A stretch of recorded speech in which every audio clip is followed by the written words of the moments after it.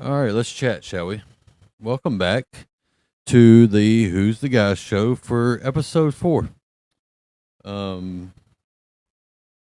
Appreciate all the support so far leading up. Let me get settled here. I'm by myself tonight. Just got back from vacay. Great time. Had a great time down in Panama City, and spent an extra night there. Ran into some family that I didn't realize was going to be down there, so we stayed an extra night. Hung out with them for a day, and so weather was good. We had one day that was a little bit back and forth with the rain. Um, the red flag a few days, but we're still able to get in the water. It's so a lot of good food. I had to work out today. Today was the first day I worked out since I had went down there and ate a lot of good food, but I paid for it today. Um, but I'm by myself tonight. Today was me and my wife. It was our 10-year anniversary today, so we got rid of the kiddos and we kept it simple. We're simple people, you know. We don't get too fancy, and we just went out and had Mexican and came back and watched a bunch of Dusty Slay videos, and so it was a good night. And if you see, I have sleeves on today. And listen, I don't want to create this fake image like I'm just out here with no sleeves on all the time. I do wear sleeves some. I don't prefer them, but I got a lot of t-shirts that I like to wear, and I don't want to cut the sleeves off all of them. And of course, my job makes me wear sleeves, so I don't want to create some kind of false image that I'm just out here running around with no sleeves on. So, and I was going to change, but I said, look, this is what I was wearing. And the thing about this show is we just want to be real. We're not trying to be anything but just real and honest and not trying to fool you with anything. And so I said, nope, we're rocking the sleeves tonight. And so, but it's glad to be back, and uh, I'm glad for the support so far. Got some more subs, which was nice. But I'm I'm a little stingy or I'm a little greedy. Uh, could use a few more. Wouldn't hate it. Wouldn't hate it at all if we saw the subs go up, because we're trying to grow this. Like I said before. And listen, I don't want to come in here and beg you for subs every episode. So don't make me. All right. It's not a good look. I get it. It's not a good look. No one wants to hear it all the time. Daryl with the subs. But seriously, though, thank you for everyone that has. Thank you for everyone that has supported what we've done so far. And we're just trying to see where this thing goes. And honestly, this is whatever God wants to do with it. Um, I really don't have no desire to be famous or whatever. Now, if I got paid for doing this, wouldn't hate it. I would not hate it. Would like it, actually, but wouldn't hate it. But that's not the goal. The goal is just to be a normal guy talking to, I guess it depends on how you define normal, but normal guy talking to normal people, you know, and saying the things that we all know is true, but we're just not saying them. That's all I'm trying to do. And maybe make you laugh every now and then, maybe make you think, whatever. You know, this show is all about what I'm thinking and how I'm feeling. So we may go through a roller coaster of emotions on this thing. So just get ready. Make sure you're locked in, Give it a good tug. You don't want to fall out. You want to be dangling. So, but again, thank you. Um, Vacation was great. Anniversary was great. Now you're probably wondering, well, Daryl, it's your anniversary. Why are you doing a show? Because I'm for the people, you know? I am for the people. I told my wife, look, 10 years is great, but the people, they need it. They need it. They need this. And actually, she's asleep. I got to get back on my normal schedule. So, staying up a little bit later because I work nights and go back to work here soon, unfortunately. Unless I hit 100,000 subs overnight, I got to go back to work. And so staying up a little bit later. So I figured I would just go ahead and drop another show. I'm by myself. Like I said, my son is off to the in-laws, and my daughter is with her grandmother. And my brother, he's not here, of course, because it's almost 1 o'clock in the morning. And so I figured I'd just talk with y'all while I'm up here. But so I wanted to start the show. Like I said, I got back from Panama City yesterday, and I thought about a good story about something that happened to me actually when I was a kid in Panama City and going to Panama City. So let's just start out with a little story time, right? So I was probably 7 or 8 years old. Small guy, still very young. And we were going to take a trip to Panama City Beach, of course, because that's just where we always went. And it was me, my mom, and 3 of my sisters. Because my youngest sister, my youngest brother weren't born at the time. But my 3 sisters, then my aunt and her son, my cousin.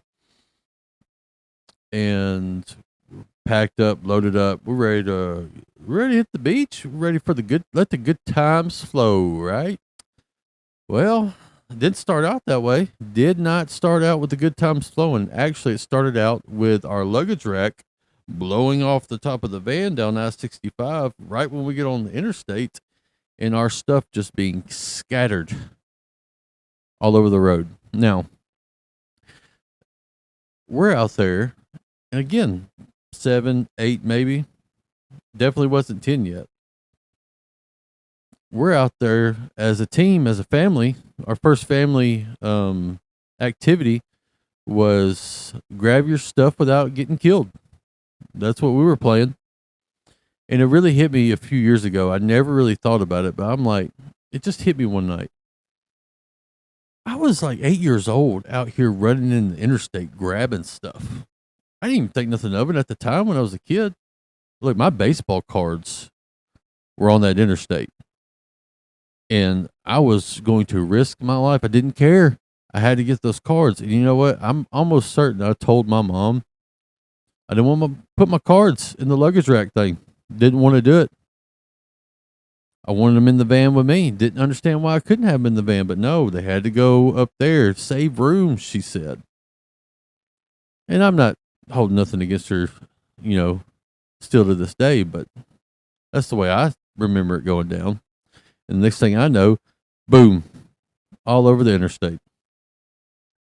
But they really had a kid out there playing chicken with these vehicles on the interstate grabbing stuff, which is wild. And listen, I'm not saying it was just a different time back then, just different times back when people still smoked in the car and things were simpler.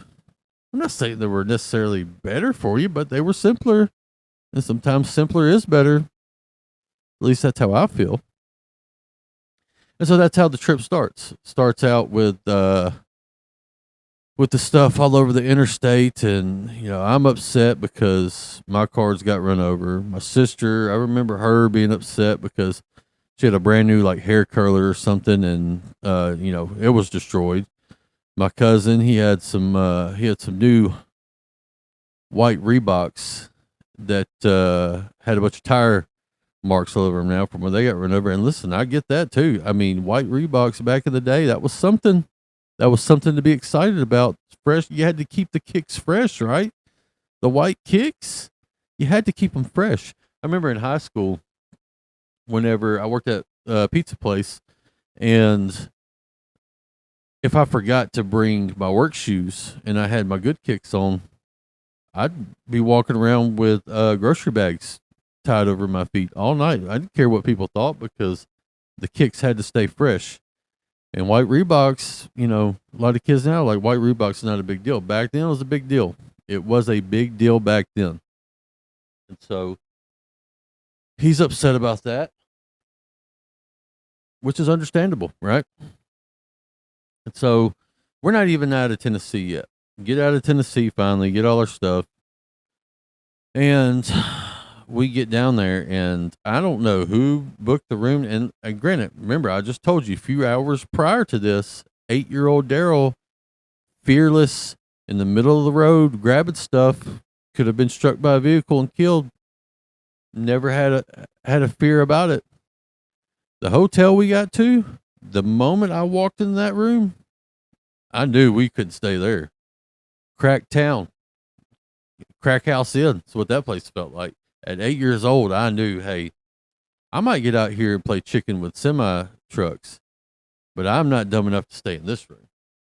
We all knew it. Like, this was not going to, and I don't know how, listen, I don't hold it against no one because it's not like you could get on the internet back then and like check the ratings, on hotels or whatever.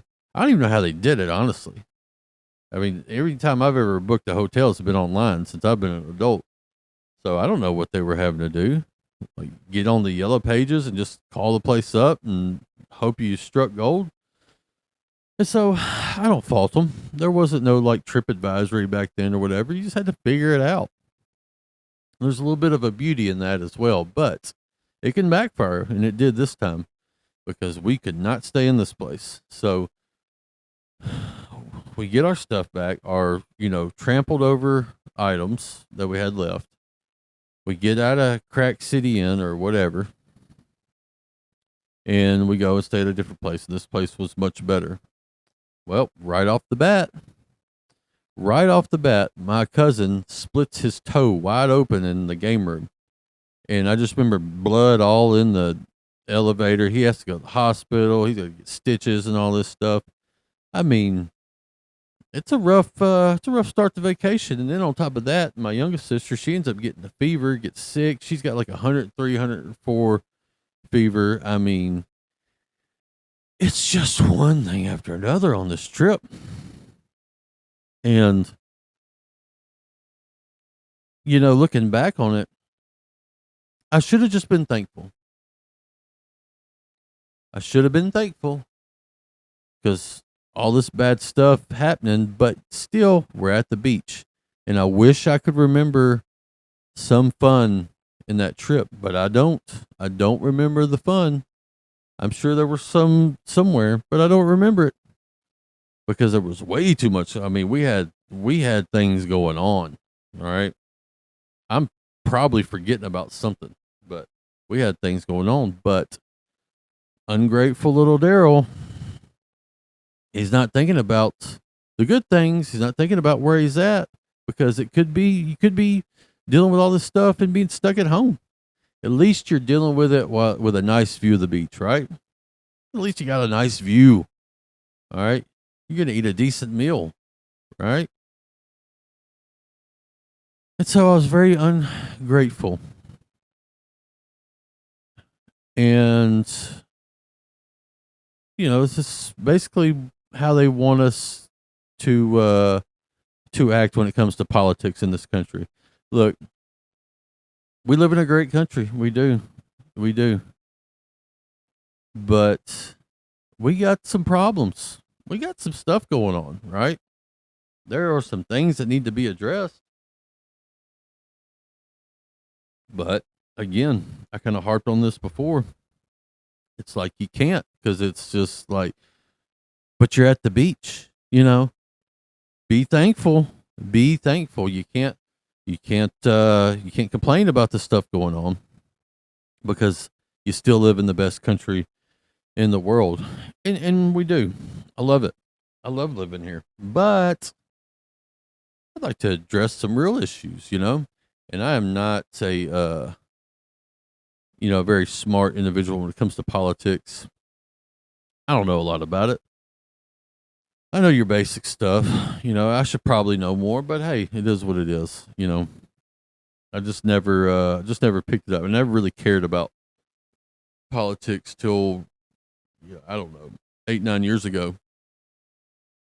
But I guess it was Trump's first election is when I really started following politics. Now I followed other stuff. I was more interested in what was going on behind the scenes. The dark stuff that that you could probably tell that I've been down some rabbit holes, right? I have seen some rabbit holes in my days, and I didn't really get into the actual day to day things until recently.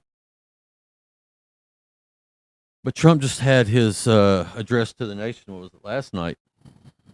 And the theme apparently was, now listen, I didn't know what it was going to be about. I saw where he was going to do it, so I tuned in. You just go back from the beach. Let me check back in. I didn't want to. I wanted to stay checked out. I wanted to still act like I was down at the beach with a strawberry daiquiri. And listen, I don't care what you think. Yes, I enjoy a nice strawberry daiquiri at the beach, and I'm not ashamed of it, and I'm not scared of what you think about it. Honestly, um, you should know this if you've listened to any of my shows. I don't care. I don't care what you think about me. I don't care what anyone does. If I'm at the beach, I'm gonna have a nice strawberry daiquiri. I might have two. I'm not gonna get drunk, but I might have two, and they're gonna be delicious. And so I wish I was still in that mindset, but hey, we're back home. We got to get back into the rhythm of things. So I turned it on, and I don't know. I thought you might go Iran. Um, might address I don't know, some of the everyday things like the housing market crisis, or however you say that, and immigration. I don't know, something like that. And he went a different direction, but I'm glad he did, because it was something that was really concerning me. He let us know, hey, China's been fiddling. China's been fiddling in our elections, and we don't like it. And I don't like it. I don't want any country messing with elections, right? No country. But he went on and on about all these things that they had uncovered with China being involved in swaying elections or whatever. And listen, again, I don't want, I'm not a big China guy. Unfortunately, most of our things are from there. But I don't want them messing with our elections. But he just went on and on and on, and didn't really get into much of anything else. And I'm just kind of thinking, like, okay, great. That's good. He didn't really say what he was going to do about it. It's like we're still going to buy their things, and they still own thousands of acres of property in the United States, which is odd. Odd, right? I don't know if I like that. But I wasn't really thinking about the 2020 election, honestly. I'm kind of moved past that, right? Nothing we can do about it. But hey, if you found something that needs fixing, hey, go fix it. I don't hate that. But, since we're on China messing with elections, let's do Israel next. That doesn't seem like a bad idea, does it? Let's do Israel next. Oh, Daryl, get off the anti-Israel, anti whatever. Get off that. There, he's on the. This was in my comments. You're on the juice, and it's people I care about, and I'm not going after them or nothing like that. I appreciate their feedback and love those guys. But I do want to say this: I'm not on any juice. All right, none of that juice either. But that's different from what we're talking about. All natural. all natural, come holler at your boy. If you think I'm lying, come get some work in, holler at me. Anyways, I'm not on anybody's juice. Listen, I don't know all the things that Candace Owens says. I don't know all the things that Tucker Carlson says. I don't know all the things that anybody says. I don't have the time. I don't have the time to go through everything that everyone talks about. I just don't. I'm in the real world. I've got a job. I have a family. I can't be just listening all the time. I can't do it. Who's got that much time for listening? People that don't have nothing better to do. And so if someone says something that I like, okay, I'll hear them out on that. And if they say something I don't like, okay, I don't like that. It's basically where I'm at. And so there's things that I agree with Candace and Tucker, and there's things that I don't agree with. But I promise you one thing, I'm not drinking anybody's juice. I'm not. I'm drinking that living water. You know what I'm saying? That water that'll make you never thirst again, brother. That's what I'm drinking. That water from the Lord. And I'm only buying what he's selling. And he's not selling nothing. He's the truth, right? He is the truth. And that's what all I want. And listen, I don't know the truth always. I don't know what always is going on in different situations, but I know when I'm being lied to. I've got a keen sense of when someone's lying to me. And if you haven't figured it out yet, politicians are normally just lying to you. All right. His whole point, Trump's whole point was we want to clean our election up. We got to pass the SAVE Act, right? Voter IDs. Reasonable. That's reasonable. You got to have an ID to buy alcohol. So, I mean, I figured you got to have an ID to get on a plane. So, have an ID to vote. It's not the worst thing, right? Shouldn't be. There's nothing racist about that. Maybe I'm missing something, but I just don't see it. But that's reasonable. Is it going to fix elections? No, it's not going to fix elections. What are you talking about? They've been rigging elections for a long time. Listen, no one becomes president unless the people who really run the show behind the curtain wants him to be president. That's just the way it is. Listen, you can call me a conspiracy nut job or whatever, but you know, the Bilderberg meetings, they're real things. And a lot of things get hashed out at these meetings.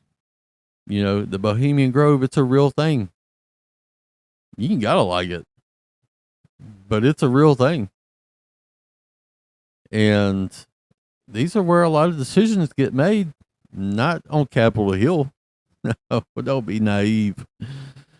Oh, you think they're gonna let the help? That's all we are, is we're the help. You think they're gonna let us decide what really goes on? They give us little things, and that's what all this voting stuff is, to make us feel like we have a voice, like we have a power, like we have power in this country, but we don't. Listen, okay, let's pass the voter ID stuff. Good. Now let's keep foreign governments from being able to buy politicians. Let's do that next, because that doesn't seem like it's good. Doesn't seem like it's creating fair elections. Thomas Massey, ring a bell? And listen, I'm not a huge Massey guy. He's done some things that I like. I don't know all his stuff. He's not in my district. But it's pretty obvious to see what happened to him. He votes no a few times on things for what seem to be reasonable issues. And, foreign lobbyists come throw a bunch of money at him, not at him, towards his opponent, who no one knew anything about. But hey, Trump backed him. He was MAGA, right? He was just MAGA. And he's a former Navy SEAL, whatever, all the stuff. But money is what won that election. And so don't yell at me about fair elections, which you're not really yelling at me because I'm for voter IDs. But if we're going to clean it up, let's clean it up. Let's not stop with China. Let's not stop there. Let's keep going further. Okay? Because there's one country that has thrown a lot of money at our politicians. And listen, it's not just one side either. Like, honestly, if you disagree with me or you're on the fence about this, think about this. Why does AIPAC give money to both Democrats and Republicans? That's weird because they don't really seem to agree on anything, right? And listen, I'm not in any way, shape, or form trying to encourage people to vote, send their vote to the Democratic Party. Listen, if you can't get what a man and a woman is right, I've got nothing for you. I can't be on your team, you know? And I didn't do great in science when I was a kid. But basic biology says a man's a man and a woman's a woman. And that should be a controversial statement, right? It shouldn't be controversial to say a dude's a dude and a chick's a chick. But you have a party who will scream bloody murder at you for saying otherwise. So listen, if you're a party that wants to cut the junk off a dude and then try to figure out a way to put it on a chick, I really can't get on board with you. Even if you may have some good points in other places, it's really hard to take you serious, right? And so then, you're left with basically the Republican Party because the whole independent thing, it's a joke. It's not going to get you anywhere. And being a Republican's not going to get you very far either in this country. But let's stop pretending like meddling in our elections, foreign meddling, it's just like this, sinister, they're breaking into the computers and doing this. No, it's the money that gets pushed at politicians. And so when you have one that somehow is not even considered a foreign lobbyist, which I still don't understand, throwing money at both sides, you've got to stop and ask why. Why? It seems like if they would be for the things that we're for, they wouldn't give money to candidates in the Democratic Party. But they do. And we just go right along with it because, hey, we got to bless Israel, right? We got to bless them. Which brings me to my next point with that. Genesis 12. Right? I hear it I get it thrown at me all the time. And this is the problem with cherry picking Christians. You got to keep reading. Like, you got to dig into that a little bit more because the Bible's pretty clear that those that believe in Jesus are God's people. The New Testament does a pretty good job of showing us that. It's not a gray area, really. I don't, even Jesus said, if you don't believe in me, you don't believe in the Father who sent me. And he accuses them at one point, the religious leaders, of they were claiming, we're the sons of Abraham. And Jesus says, you're the sons of the devil. If you reject me, you're the sons of the devil. But yet, we keep on with this whole thing about, we've got to bless Israel no matter what. And that's just not the case. Like, the leaps you have to make to go from Genesis 12 to making sure we always stand by the secular Israeli government. It's you better do some stretching because you're gonna pull a hammy. You're gonna pull a hammy, and you don't want to do that, but you're going to because you've got to leap. You've got to make some jumps. And so let's start really digging into the Bible, right? Let's don't cherry pick. Let's get a good understanding of what it teaches us and stop using that to push these political agendas, right? I saw where I see these politicians and these extreme right wingers, the big MAGA people, just constantly shoving that down. And if you question it, you're an anti-Semite, and it was just still just crazy to me. And listen, I don't want to be one of these people that's just always talking about Israel, but when I listen to him talk about China meddling with elections, and we're just going to give Israel a pass, it's hard to not talk about because it needs to be talked about. Because we can't have this. Like, we can't have it. And I guess it's just how it is, or how it's always going to be, because I don't see it changing.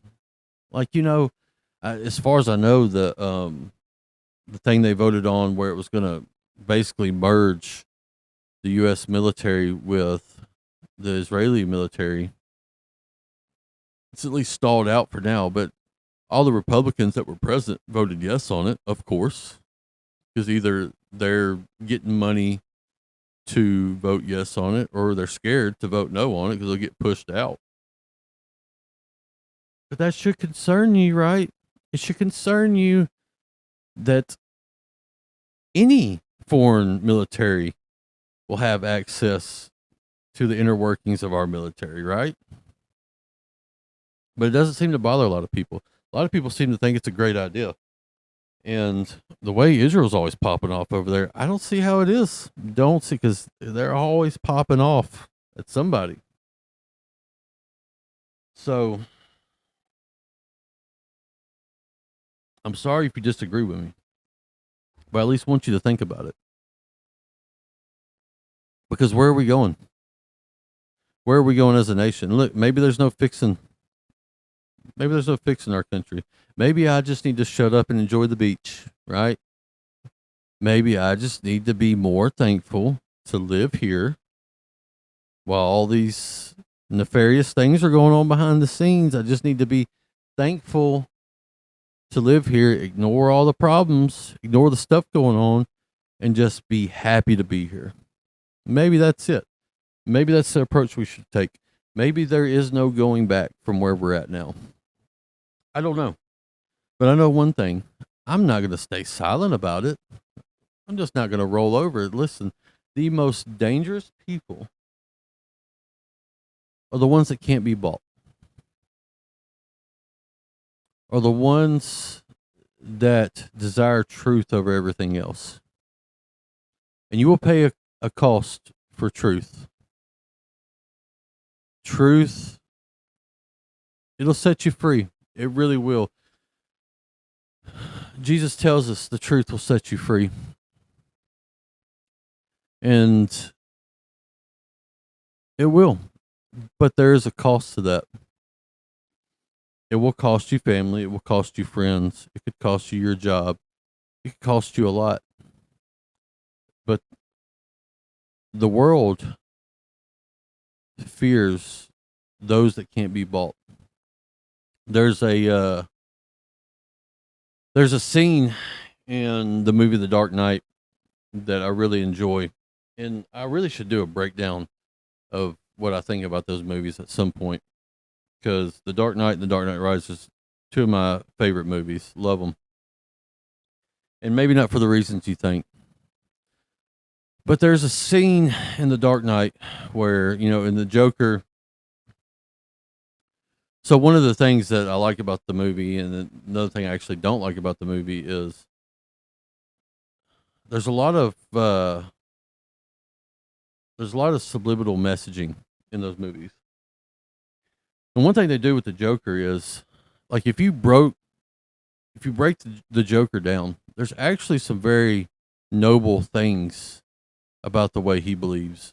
The problem is they make him look like a psychopath, right? He is a psychopath in that movie. He's killing people and all this stuff.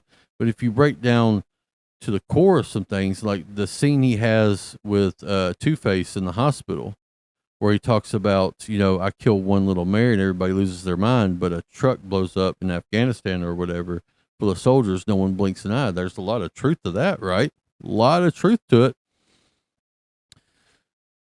And then, the tech billionaire is the one that is our savior. And so I don't like that part. But anyways, I don't want to dig too much into that right now, but there's a scene where he's got this mountain of money, and this mobster that's there with him is like, what are you going to do with your half, which was the huge pyramid of money?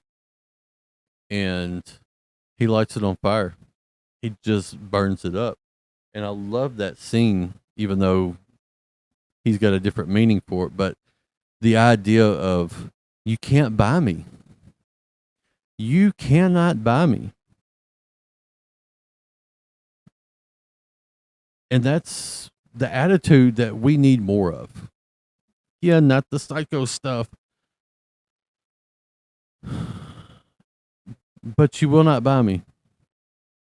I'm going to say what I think. I'm going to say what I feel. And I'm not saying I'm always going to be right, but I'm always going to be honest. I'm always going to be honest. But the world fears a person they can't buy because they don't know what to do with them. They don't know what to do with someone that is going to have their own thoughts, that's going to say what they think, that's going to say the things that they have tried to make it unacceptable to say for whatever reason. We have all these things. We don't talk about that. Why not? Says who? Why is there anything that we can't talk about? What happened to freedom? What happened to it? Speaking of freedom, by the way, what about these flock cameras, right? That's weird. For a country that doesn't like China, we do a lot of things similar, right? Now, China's just open about what they're doing with their, surveillance technology in their country. We like to dress it up and act like it's something else, Oh, it's for your protection. Remember 9/11, right? For 9/11, no one would have been on board with the government listening in on their phone calls. After 9/11, hey, listen away is what America said. If it keeps us safe, listen away. Well, they took full advantage of that, hadn't they? Maybe overstepped a little bit, maybe a little bit.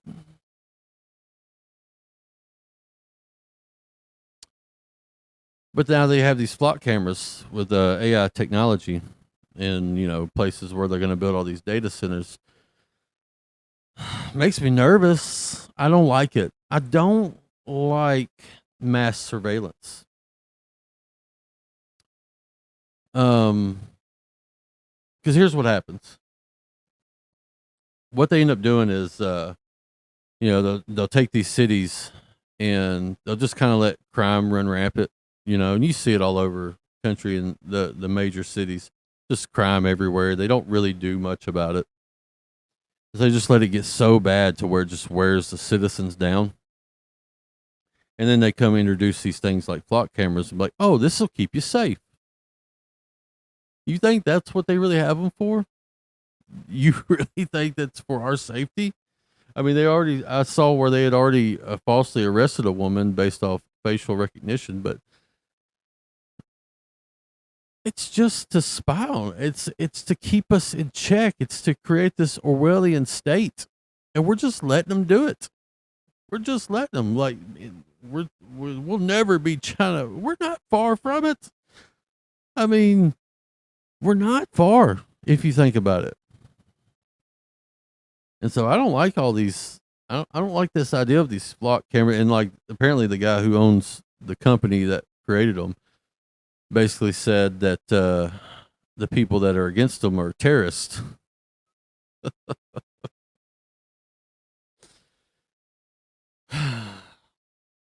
If you're against your government surveilling every move you make, you're a terrorist. I mean, it's just what we do, right? It's just you're constantly being called something, you know. I feel like a nomad in the desert sometimes, just wandering around because I don't really have a home politically. And on one side of me, you know, I got a cactus calling me an anti-Semite, and on the other side, I got a cactus calling me a transphobic whatever, you know. And now I've got this guy calling me a terrorist, you know, if I'm not for the flock cameras. And I don't want the flock in my face, right? A little edgy, but I don't want it in my face. I don't want it spying on me everywhere I go. And so maybe we address that. Maybe we address that issue instead of just China be involved in the 2020 election that happened. Or I got an idea. Got an idea. Remember that whole little island thing, right? That we kind of put a pin in. Let's circle back. Let's circle back to the island and let's figure out what was going on there. I'd like answers. I don't want to just keep beating on the same drum, but I'd love some answers when you have all these high profile people tied to this place that was obviously doing human sex trafficking, right? And we had this huge build up to, you know, we're gonna get to the bottom of it, to be told, well, if you still want that, you're crazy, and nothing to see here, folks. Just a bunch of rich leaders and whatnot just talking about pizza parties, which is odd. Again, I've said it before, it's odd. And I like pizza, but millions of pages of documents about pizza party. And it's not supposed to throw a red flag to normal people. Let's address that. Maybe the Iran war, the war that we shouldn't be in, you know. But apparently the terrorists were lurking around the corner fixing to nuke us. We don't have any proof of. Let's address that issue.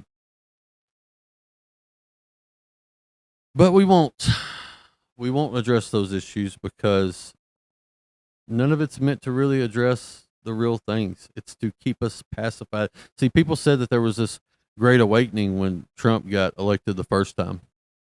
And it wasn't. It wasn't. It wasn't an awakening. People maybe briefly opened their eyes for a second, but they went right back to sleep. Because people on the right do the same thing the people on the left do. No one's thinking for themselves. No one is really trying to understand what's going on out here. They're just following the talking points. And yes, I'll agree that a lot of the talking points from the right are a lot more saner than the left. But what's really happening, right? I don't see much of a change. And listen, I'm living good, you know? I'm living good. I'm not rich, but I'm doing okay. I can't complain. Wouldn't mind seeing the taxes go down. Wouldn't mind it, wouldn't hate it. But I don't really see any change in anything. Feels like everything's getting worse. I don't know. The ideologies are just so far off. And it's like we got to unite as a country. Like around what? You've allowed this country to just be split so drastically on some pretty big issues, but it's all by design. They don't want us united, because if we're united and we're not at each other's throats, we're on the same page, well, then all their dirty little deeds start to come to light, right? Don't want us poking around and asking questions about that, do they? No, it's just people like me they'll label a crazy conspiracist and conspiracy theorist and all this stuff. And what am I saying that's wrong? If you could show me where I'm wrong about something, I will gladly listen. Or if you could say, "Hey, look, here's some actual evidence that that's not happening," I would love to see it. I don't mind standing corrected, you know, but I just don't see it. All I see is people telling us, "Hey, be glad you're on the beach," right? Just be glad you're on the beach. Yes, there's poisons in the food, stings in the water. Nothing's designed for you to actually get ahead. Eventually, you won't be able to own anything. All your moves are going to be watched. The thought police will eventually come before you get a chance to even think about committing a crime. But just be happy. Could be worse, right? Could be worse. Anyways, well, there's that. There's my thoughts on that. Take them or leave them. Real quick, want to get into a little culture killer. Again, just got back from the beach. And I got two. I got a twosies for one. 2 for 1 tonight, right? Just a couple quick hitters on this because I'm a little tired. It's 1:30 in the morning. But my first culture killer is, look, I want to address something. I have a daughter. I have a stepdaughter. Many sisters. We're at the beach, right? And actually, first, let me address the smaller one. To the guys out there who were 50, 60 years old, if you are riding front beach with your music blaring explicit rap songs in front of families, you're a douchebag. Sorry. Kind of douchey, right? Kind of. Listen, why? I don't understand it. We're sitting there, family, kids, other families all around us. You know, front. You go down there front beach, and it's bumper to bumper. It 20 minutes to get a mile, right? And so, if someone's sitting there, they're sitting there for a minute, and they're sitting right there in front of some one of them little glorified 3-wheelers with like spiders or something like that. Here comes this. Of course, you hear the music well before the vehicle gets to you, and it's just like I'm sitting there. You know, me and my wife were just wide eyed, looking at each other, like, "My gosh, my goodness." The lyrics were just raunchy. All right, raunchy lyrics. Kids everywhere, and I'm thinking maybe, hey, 20-year-old kid, 20-year-old punk. I get it. I was the 20-year-old at one time. Riding around, blared my horrible rap music for everyone to hear, didn't care, thought I was cool. No, no, no. This guy was at least 50, bumping UGK unedited down the strip in front of families. I'm talking about as loud as it would go. And listen, come on, guy. Like, be aware. Not a good look. No one thought you looked cool except for you. All right. And that's a lonely island to be on. Because whatever you thought was going to happen, some girls are going to be like, hey, it didn't happen. I guarantee you, I'd be willing to take it to Kalshi or whatever that is, right? Where you can bet on everything, you know, in the world, natural disasters, whatever. Polymark, whatever. Guarantee you, it did not work out for you. Unless, of course, you bought it, which probably what you had to do because it didn't look cool. It's not a good look, man. Look, we're down there with our families. We're not trying to have to explain these new words to our children. We don't want to do it down there. No. Oh, I'm trying to sing Dwight Yoakam and have a strawberry daiquiri. Right? I'm not trying to do all that. So just be mindful. And he wasn't the only one. We saw it multiple times where it's like a 56-year-old guy blaring this music. I'm like, come on, dude. I get it. You're trying to unwind, it's vacation, but be aware of your surroundings, right? We're all down there trying to have a good time. Don't cramp on my good time because you want to do something silly like that. So just don't don't do better, be better, right? That's what we say here. Don't do better, be better. So that's the first one. My second one's a little bit more serious. All right. Especially if you got young daughters. Listen,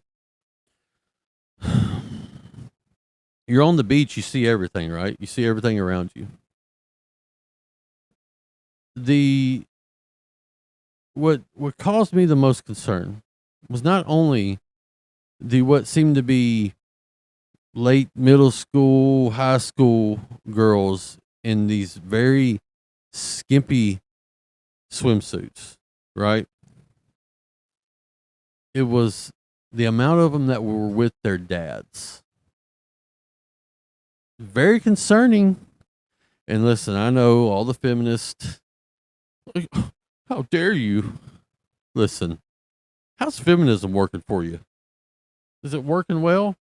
You're out here acting like crazy people because you want to be able to murder your child in the womb, and now you jumped in with the trans, and you wanted men to stop dominating you, and now they're still doing it. They're just dressed like you.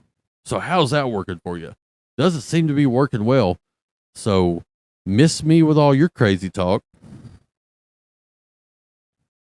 But I'm talking to the dads out there that are letting their school age daughters basically run around in thongs on the beach in front of grown men.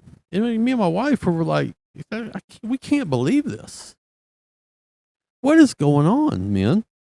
What is happening, dads? You really not have any control? You really not have any say so in what your daughter does? Do you understand the amount of predators that are out there? Because not all men are like me that see that stuff and are appalled by it and are heartbroken over it. There's some that want to see that, and you're just flaunting it out there for them. I don't understand it. I have a daughter, and if she come out wearing something like, well, she knows better, and she wouldn't do it anyways. But these men are just, I don't get it. You just trying to set your daughters up? I don't know. It blows my mind. And I feel sorry for the girls that they think that that's what they need to do for attention. Are they not getting attention from their dads? And so this is their way of getting attention from other men? That probably has something to do with it. Just setting our daughters up for failure with this stuff. It's swimwear, Daryl. What's the matter? They're at the beach. It matters. You can act like it don't matter, but it matters. It speaks a lot more than just attire at the beach. It really speaks to the state of where we're at with fathers and their daughters. And fathers, it's your duty to teach your daughters to respect their body. We got a little saying around here, the modest is the hottest. You know, I told my not my nephew, my little cousin who was down there, him and his buddy, they probably didn't want to hear it, but I don't care. Just out here spitting facts. What I do. And I said, hey, boys, I get it. I was a high schooler in Panama City at one point as well. I know what y'all are looking at, but I'm going to tell you something that no one else is going to tell you. Modest is the hottest, and the ones running around with hardly anything on, those are the ones that are going to bring you trouble. I know. So, but what are we teaching our daughters? We're teaching them to respect their body. Are we teaching them that they don't need to use their body as, their beacon light for men to want to, or for boys, guys, whatever, to want to talk to them, to want to know who they are? I don't understand it. And as a culture, we got to do better. We can't have our high school daughters running around like that on the beach. It should bother you. It should bother, and you know it. You know what I'm saying is true. Whether you want to admit it or not, it doesn't matter. What I'm saying is true. It's not good. But this is where we're at. And so, again, let's don't do better. Let's be better. All right. Let's protect our daughters. All right. Let's teach them to be respectable women. Not future OnlyFans stars, because we don't want that. All right. So those are my culture killers. So real quick, let's get down to the good stuff. Let's taking care of business, the Lord's business. And listen, how are you gonna get into the Bible after all the stuff you talk about? Because I'm just out here speaking the truth. If you don't like it, sorry. Still want your sub. I still want your sub, and I'd love you. And listen, I love you no matter what. May not agree with you, but I love you. So in our Bible talk, again, I told you it was 10-year anniversary today. Well, I guess technically now it's yesterday, but 10 years. My wife has dealt with this for 10 years. All right. You just get a little hour of it a week. All right. It's every day for her. So shout out to Mrs. Who's the Guy for putting up with me for that long. But I wanted to talk a little bit about marriage. And so I'm actually going to read from Proverbs 18, verse 22. And it says, "He who finds a wife finds a good thing and obtains favor from the Lord." Men, it's good to find a wife. All right. Sadly, we, most guys deal with this, and and I dealt with it as well as a teenager. You hit puberty, and all of a sudden there's this huge pressure to lose your virginity, right? To start sleeping around with as many girls as you can. And most of us men fall in, caught in a trap. Can't walk out because I love you too much, baby. Sorry, I've listened to a lot of Dwight Yoakam in the past few days. All right. But we get caught in this trap. We just got to get out there and we got to smash, bro. And it really sends us into some destructive patterns in life, and it did to me. And so there's not enough young boys out there being taught that finding a wife is a good thing. It's date as many girls as you can, and then get to a certain age, and then you find a wife. God says otherwise. God says, "He who finds a wife finds a good thing and obtains favor from the Lord." And I like favor from the Lord. Favor from the Lord is pretty nice. I've never complained about favor from the Lord. Favor from the world really hasn't gotten me anywhere. A lot of grief, caused a lot of grief. A lot of things I'm still paying for. We'll get into that another time. But young men, maybe you're single. Don't buy what the world's selling you. It's okay to wait. It's okay to wait and find a wife. Somewhere else in Proverbs, I think it's a couple chapters over, it says, it's better to live in the corner of an attic than to live with a contentious woman. Been there.